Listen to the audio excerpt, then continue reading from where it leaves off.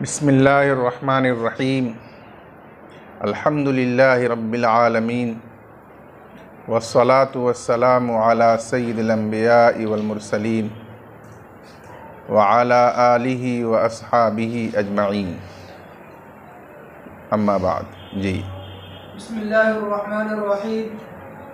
सुम्मा फी वज़अिल मसअलति ज़रबु इश्कालिन अला क़ौलि अबी हनीफ़ा रहिमहुल्लाह लिअन्न अद-दअवा शर्तुन फी हुर्रियतिल अब्दि इंदहु वत्तनाक़ुदु युफ़सिदु अद-दअवा वक़ील इन कान अल-वज़अु फी हुर्रियतिल असली फ़द-दअवा फ़ीहा लैसा बिशर्तिन इंदहु लितज़म्मुनिहि तहरीम फ़रजिल उम्मी वक़ील हुवा शर्तुन लाकिन्न अत-तनाक़ुद ग़ैरु मानि'इन लिख़फ़ाइल उलूक़ि व इन कान अल-वज़अु फ़िल इअताक़ि फ़त्तनाक़ुद ला यमनअु लिइस्तिबदाद अल-मौला बिहि फ़सार कल-मुख़्तलिअति तुक़ीमु अल-बय्यिनता अला अत-तलाक़ात अथ-थलाथ क़ब्ल अल-ख़ुल'i वल-मुकातबि युक़ीमुहा अला अल-इअताक़ क़ब्ल अल-किताबति। बस माक़बल में जो सूरत मसअला बयान किया गया उसमें ये आया है कि पहले एक शख्स ने अपने ग़ुलाम होने का इक़रार किया। चुनांचे उसने कहा कि मुझे ख़रीद लो, मैं इस बाए का ग़ुलाम हूँ। और बाद में ये मालूम हुआ कि वो शख्स आज़ाद है।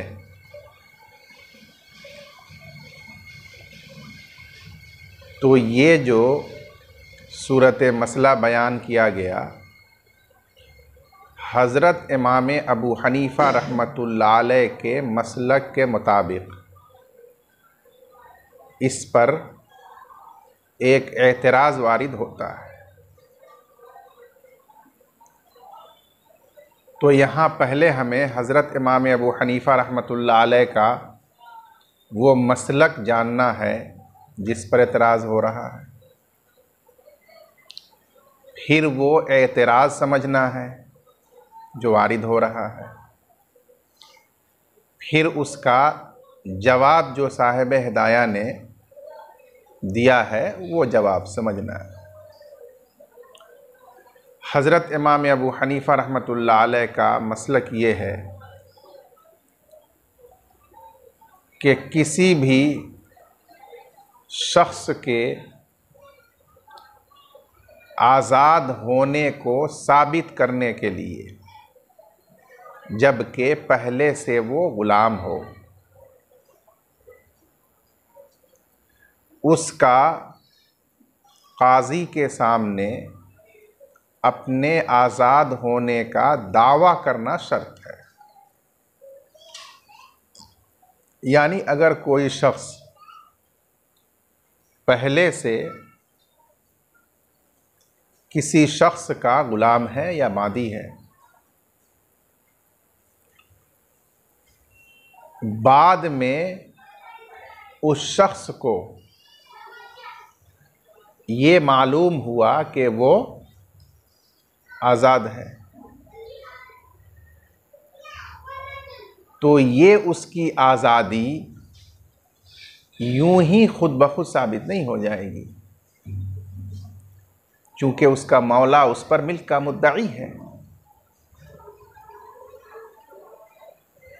और ये अपने बारे में आज़ादी का मुद्दई है,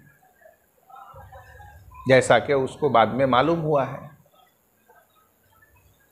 तो अपनी इस आज़ादी को साबित करने के लिए हज़रत इमाम अबू हनीफ़ा रहमतुल्लाह अलैह के मसलक के मुताबिक काज़ी के सामने आज़ादी का, हुर्रियत का दावा करना शर्त है। बस जब ये बहैसियत मुद्दई अपनी आज़ादी का दावा करेगा तो काज़ी उससे उस पर बयीना तलब करेगा और फिर वो अपनी आज़ादी पर बयीना कायम करेगा। अगर वो बयीना शरीयत के उसूल के मुताबिक सही होगा तो उसके मुताबिक काजी आज़ादी का फ़ैसला कर देगा और अब वो आज़ाद हो जाएगा। खुलासा कलाम ये है कि इस बात हुर्रियत के लिए दावे हुर्रियत हज़रत इमाम अबू हनीफ़ा रहमतुल्लाह अलैह के नज़दीक शर्त है।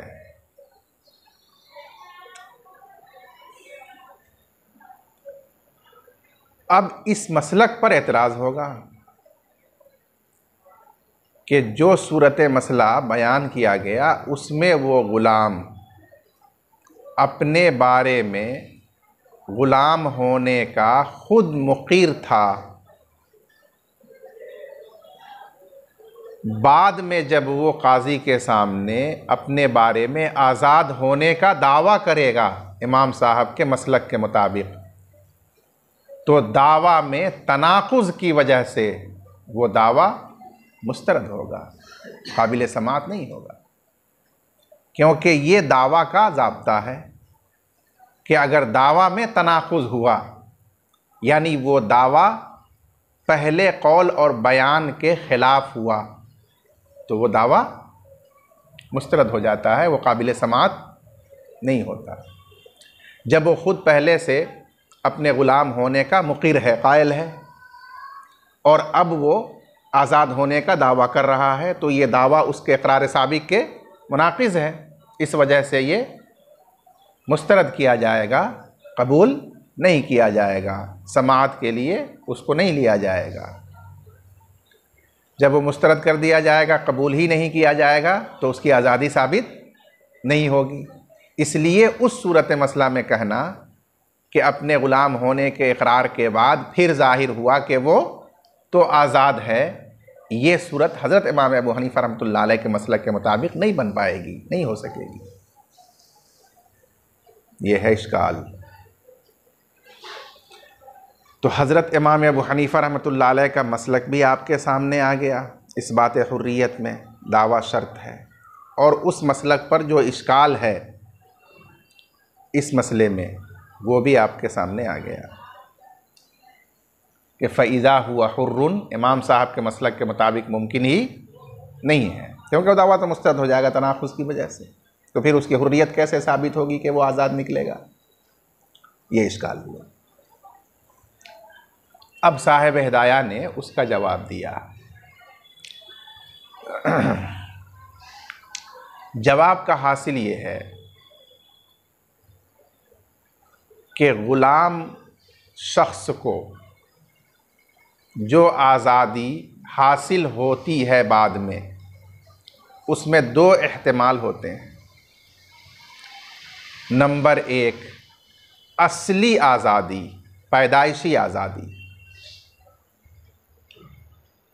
कि ये शख्स जो ग़ुलाम बना लिया गया था ये पैदाइशी तौर पर शुरू और असल ही से आज़ाद था, गलत तरीक़े पर इसको कब्ज़ा करके और ग़ुलाम बना लिया गया था।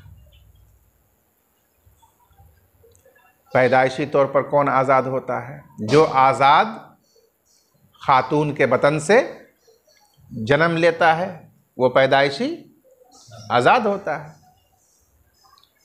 तो पैदाइशी ये शख्स आज़ाद था, यानी आज़ाद माँ का बच्चा था, इसलिए वो आज़ाद था पैदाइशी तौर पर। लेकिन उसको लूट लिया गया, उसको अगवा कर लिया गया बचपन में और ग़ुलाम बना लिया गया। तो या तो मुक़द्दमा मामला पैदाइशी आज़ादी का होगा, ये भी एक एहतिमाल।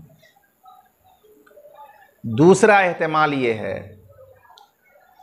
कि ग़ुलामी के बाद आज़ादी का मामला होगा, कि था तो ये मादी ही का बच्चा और ग़ुलाम था पैदाइशी तौर पर, लेकिन उसके मालिक और मौला ने उसे आज़ाद कर दिया था, जिसकी वजह से वो आज़ाद था और उसे पता नहीं चला था, बाद में उसको पता चला। ये दोनों एहतमालात हो सकते हैं। अगर पहले एहतमाल को लिया जाए कि वो पैदाइशी तौर पर ही आज़ाद था, तो उसका दो जवाब दिया साहिब हिदाया ने।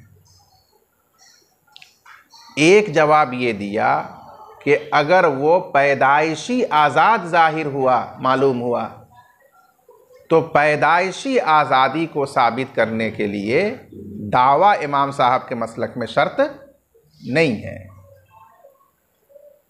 बिला दावा उसके पैदाइशी आज़ाद होने का सबूत बैयना काजी के सामने पेश कर दिया जाए तो वो आज़ादी का फ़ैसला कर देगा और ये आज़ाद हो जाएगा। उसके लिए बाकायदा इसे दावा करने की ज़रूरत नहीं है। बस जो लोग उसकी पैदाइशी आज़ादी को जानते हैं वो अज़ खुद सवाब की नीयत से फ़ी सबीलिल्लाह जाके काजी के सामने बयान और गवाही दे देंगे और उसकी बुनियाद पर काजी उसके आज़ाद होने का फ़ैसला कर देगा। उसमें इसके दावा करने की अपनी आज़ादी के लिए ज़रूरत नहीं है इमाम साहब के मसलक में। इमाम साहब के मसलक में आज़ादी साबित करने के लिए दावा शर्त है उस वक्त जबकि वो आज़ादी ग़ुलामी के बाद आज़ाद करने से मिली हो, उसको हासिल करने के लिए दावा शर्त है। जब इस आज़ादी पैदाइशी को साबित करने के लिए दावा शर्त नहीं, बैयना और सबूत काफ़ी है, तो बस दावा में तनाकुज़ का एतराज़ पैदा नहीं होगा, क्योंकि दावा इसमें शर्त ही नहीं है। इसलिए बिला दावा उसे आज़ादी सबूत और बैयना की बुनियाद पर मिल जाएगी और फ़ैज़ा हुआ हुर्रुन, पस ज़ाहिर हुआ कि वो आज़ाद है, ये बात सादिक़ आ जाएगी। अब इश्काल इमाम साहब के मसलक पर नहीं होगा। एक जवाब ये दिया और दूसरा जवाब ये दिया कि अगर मान लिया जाए कि असली और पैदाइशी आज़ादी साबित करने के लिए भी दावा उस शख्स की तरफ से शर्त है काजी के सामने,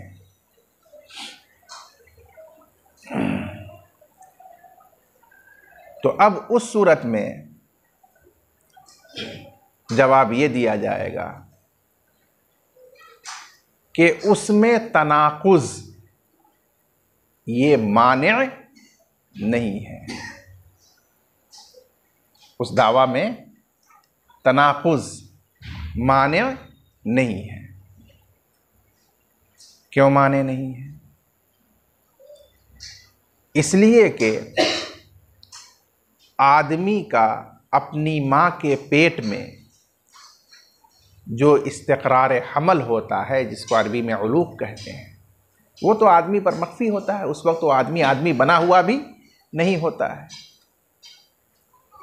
इसलिए ये मुमकिन है कि किसी इंसान को एक उम्र तक पहुंच जाने के बाद भी अपनी पैदाइशी आज़ादी का इल्म न हो सके कि मेरी माँ आज़ाद थी और मैं उन्हीं के बतन से पैदा हुआ। इसलिए उसने जैसा अपनी आँख खोला और देखा, उस लिहाज से इकरार कर लिया कि मैं ग़ुलाम हूँ। बाद में उसे ये राज सबूतों और गवाहों की रोशनी में खुला, मालूम हुआ, तो अब उसने अपने आज़ाद होने का दावा किया। तो बेशक ये दावा माक़बल के इकरार के मुनाक़िज़ है, लेकिन ये तनाक़ुज़ दावा की सेहत से माने नहीं है,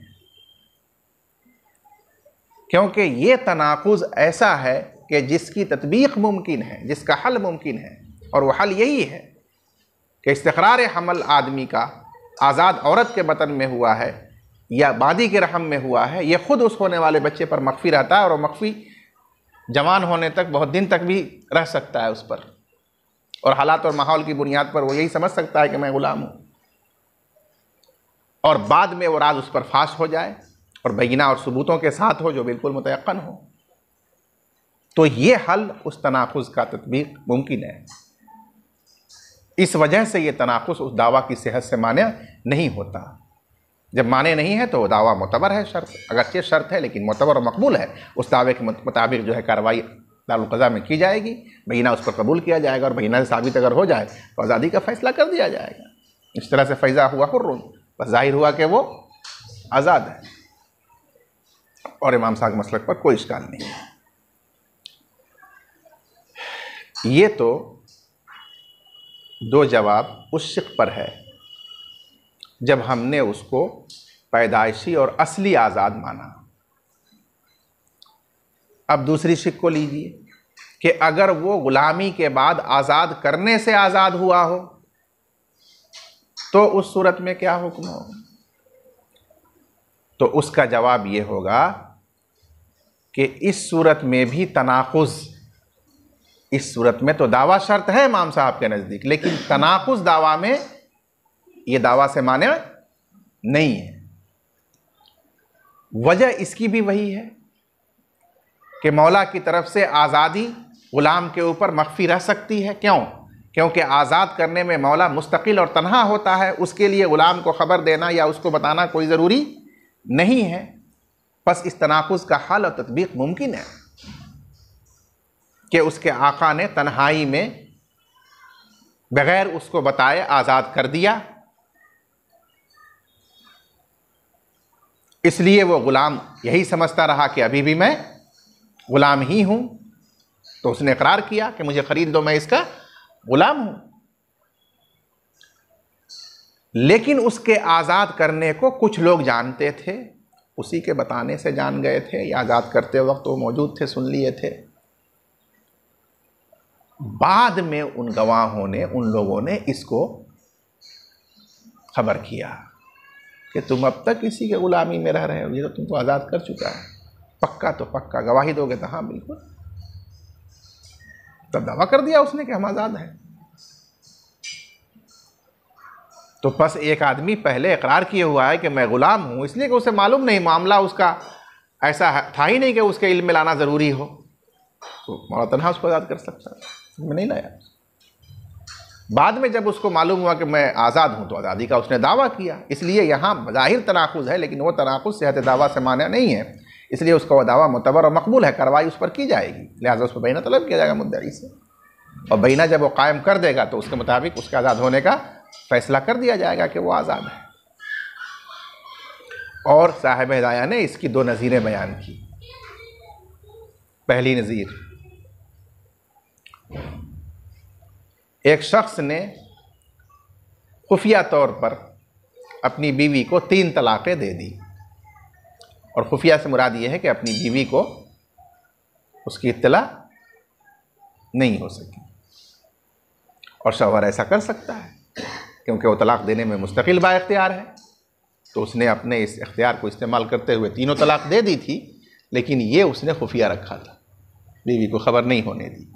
तो बीवी तो यही समझ रही है कि मैं अभी इसकी बीवी हूँ, लेकिन शौहर की बदसलूकियों से वो तंग आ गई, चुनांचे उसने कोशिश की कि मैं खुला ले लूँ,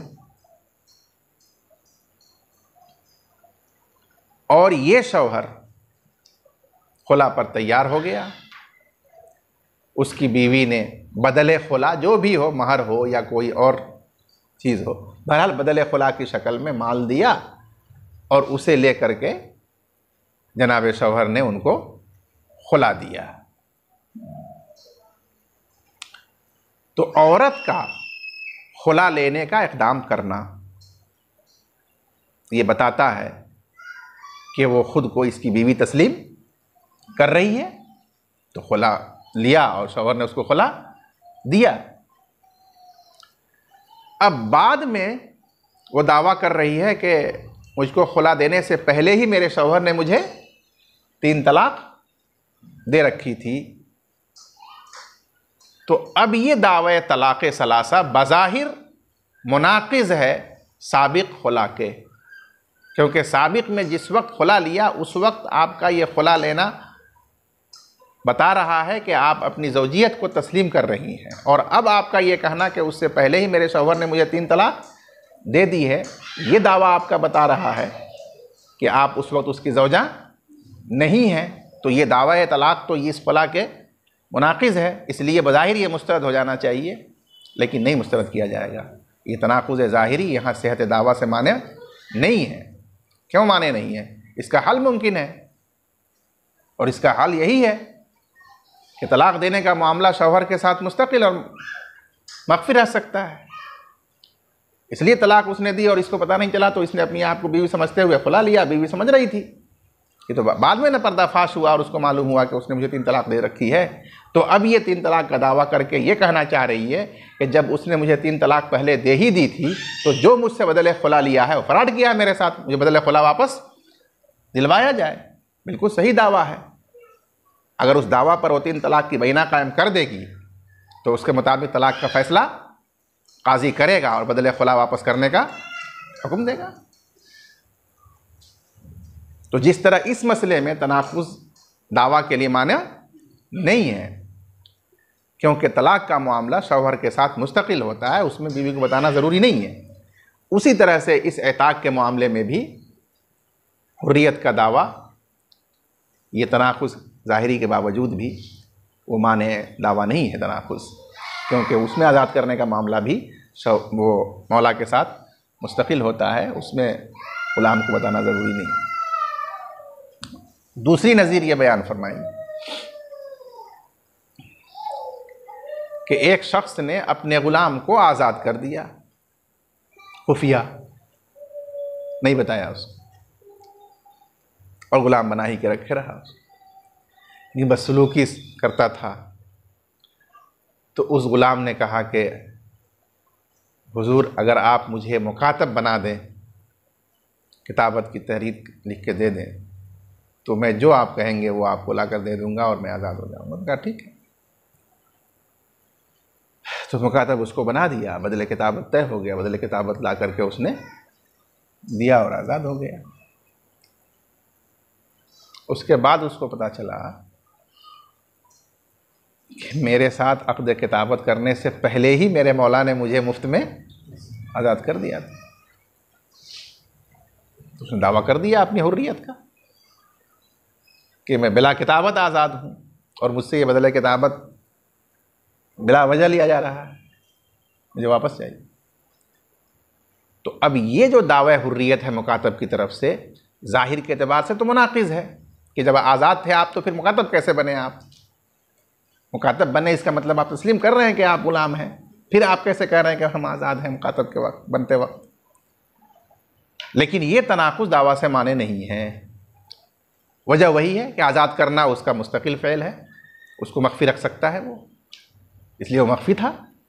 तो उसने अपने आप को ग़ुलाम समझते हुए मुकातबत की थी, लेकिन बाद में जब वो राज खुल गया, मख्फी ज़ाहिर हो गया, तब उसको पता चला कि हम तो पहले ही से आज़ाद हैं, तो इसलिए अब वो आज़ादी का दावा कर रहा है।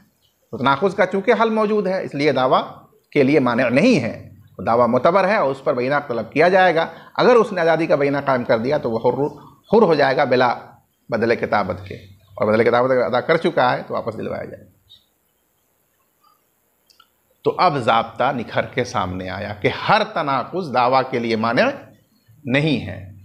जिस तनाकुज़ का हल और तत्बीक मुमकिन हो वो माने नहीं, उसके बावजूद दावा सही है, उस पर कार्रवाई आगे की जाएगी, दावा को समाअत के लिए कबूल किया जाएगा। हाँ, वो तनाकुज़ जो सरी है, जिसका हल, जिसकी तत्बीक नहीं हो सकती, तो वो तनाकुज़ ज़ाहिर है कि दावा के लिए माने है।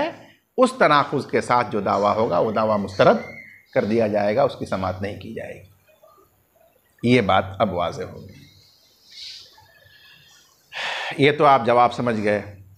उसका हासिल मैं आपको बता रहा हूँ कि अगर वो ग़ुलाम हुर्रुल अस्ल है तो 2 जवाब है। नंबर 1, उसमें दावा शर्त ही नहीं है, बिला दावा सबूत की बुनियाद पर उसकी आज़ादी का फैसला हो जाएगा।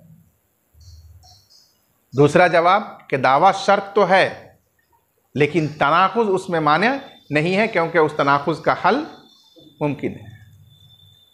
और अगर आज़ाद करने के बाद वो आज़ाद हुआ है और वो दावा है तो दावा तो उसके लिए शर्त है, बगैर दावा के वो आज़ादी साबित नहीं होगी।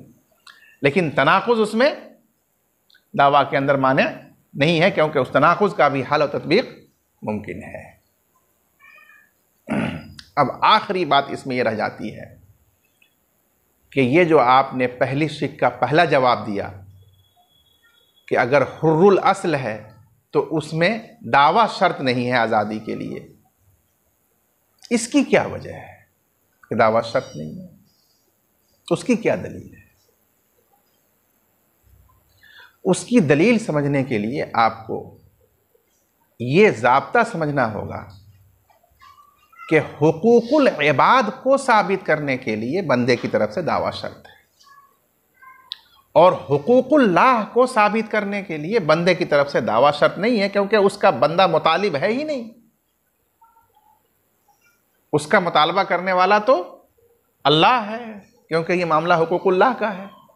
इसलिए उसमें जो शहादत दी जाती है वो शहादतुल हिस्बह कहलाती है, अल्लाह के लिए सवाब की गवाही जो बिला दावा दी जाती है और फैसला उस पर किया जाता है। तो ज़ाब्ता ये, हुकूकुल इबाद में किसी भी हक़ को आप लेना चाहते हैं दावा करना होगा, कायदे के मुताबिक दावा सही होगा तब उसकी समाअत होगी आगे। उसका मुतालिब बंदा है इसलिए उसको दावा करना होगा। मामला अगर हुकूकुल्लाह का होगा तो चूंकि कोई बंदा उसका मुस्तहिक मुतालिब है ही नहीं, दावा कौन करेगा उसका? बिला दावा ही के उस पर शहादत दे दी जाएगी, शहादतुल हिस्बा कहलाएगी, कबूल की जाएगी, उस पर फैसला। अब जवाब समझिए कि जो हुर्रुल अस्ल है, पैदाइशी आज़ाद, तो ये पैदाइशी आज़ाद शख्स गोया ज़िम्नन अल्लाह के हक़ का मुद्दई है कि मेरी माँ की शर्मगाह हराम थी उस शख्स पर जिसने मेरी माँ पर कब्ज़ा किया था और मादी बनाया था, क्योंकि मेरी माँ आज़ाद थी और मैं आज़ाद के बतन से पैदा हुआ, और आज़ाद औरत की शर्मगाह बिला निकाह वो हराम है हर शख्स पर। तो पैदाइशी आज़ादी का दावा मुतज़म्मिन है अपनी माँ की शर्मगाह की हुर्मत के दावा पर कि बिला निकाह वो मेरी माँ हराम थी किसी भी मर्द पर। और हिल्लत और हुर्मत चीज़ों की ये हक़ुल्लाह है, अल्लाह ने चीज़ों को हलाल किया है, चीज़ों को हराम किया है, तहलील और तहरीम उसका हक़। तो जब मामला किसी चीज़ की हुर्मत का या हिल्लत का होगा और उस पर बैना और गवाह पेश किया जाएगा तो अल्लाह के हक़ पर बैना और गवाह पेश करना, उसके लिए दावा शर्त नहीं। तो चूँकि ये पैदाइशी और असली आज़ादी मुतज़म्मिन और मुश्तमिल है माँ की फ़र्ज की हुर्मत को, और वो हक़ुल्लाह है जिसके लिए दावा शर्त नहीं है, उसका फ़ायदा उठाते हुए इमाम साहब ने फरमाया कि इस सूरत में हुर्रियत असलिया को साबित करने के लिए दावा शर्त नहीं है। माँ की शर्मगाह की हुर्मत के दावा को मद्देनज़र रखते हुए इसको हक़ुल्लाह का दावा समझा जाए और उस पर बिला दावा ही बैना की समाअत करके और फैसला किया जाए, इसलिए इसमें दावा को शर्त करार नहीं दिया। ये उसकी दलील है। बात मुकम्मल हो चुकी है और उम्मीद है कि आप लोगों को समझ में आई होगी। किताब से उसको जोड़िए। सुम्मा फ़ी वज़इल मसअलती ज़रबु इश्कालिन अला क़ौल अबी हनीफ़ा रहिमहुल्लाह। वज़अ मसला के माने ज़िक्र मसला।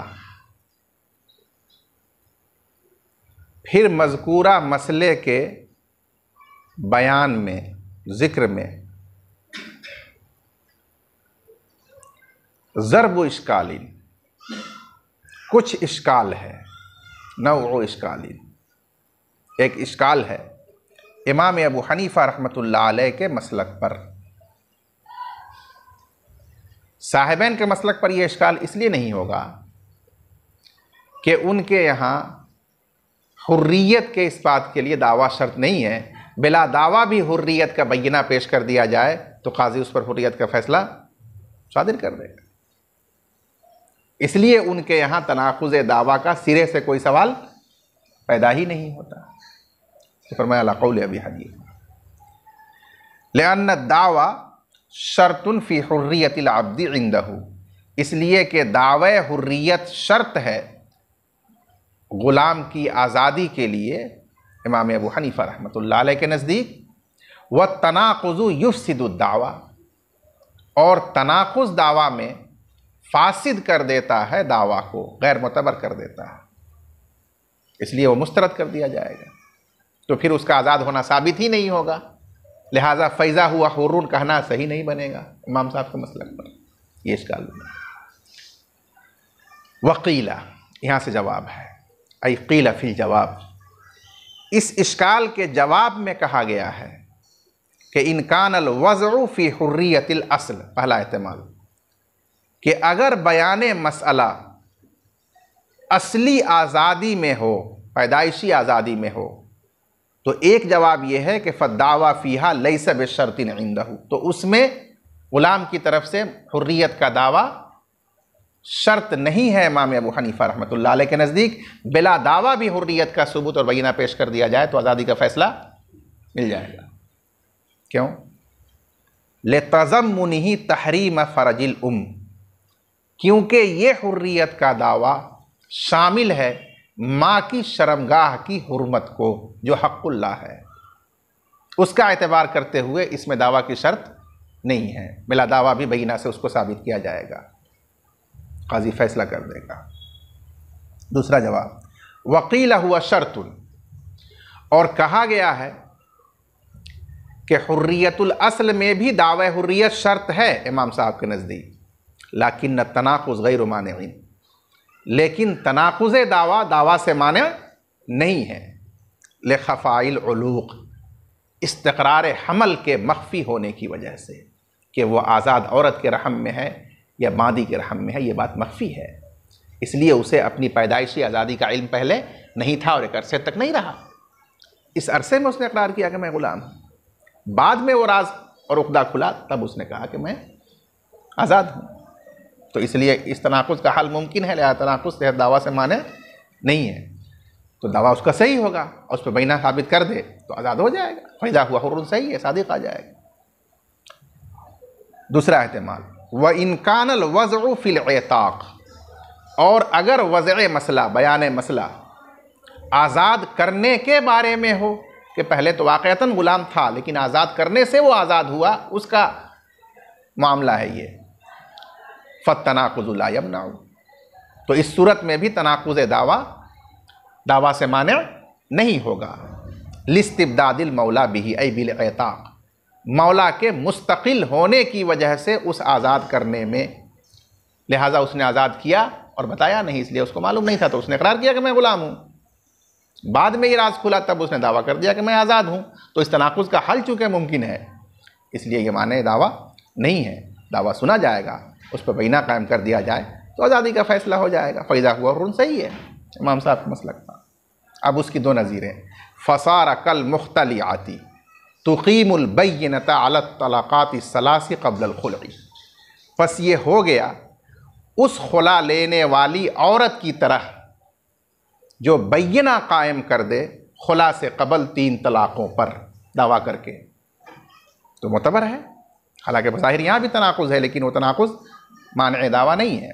दूसरी नज़ीर, वल मुकातबी युक़ीमुहा अलल इताक़ क़ब्ल अल किताबा, और ये हो गया उस मुकातब की तरह जो बय्यना कायम कर दे मौला के आज़ाद करने पर किताबत से पहले।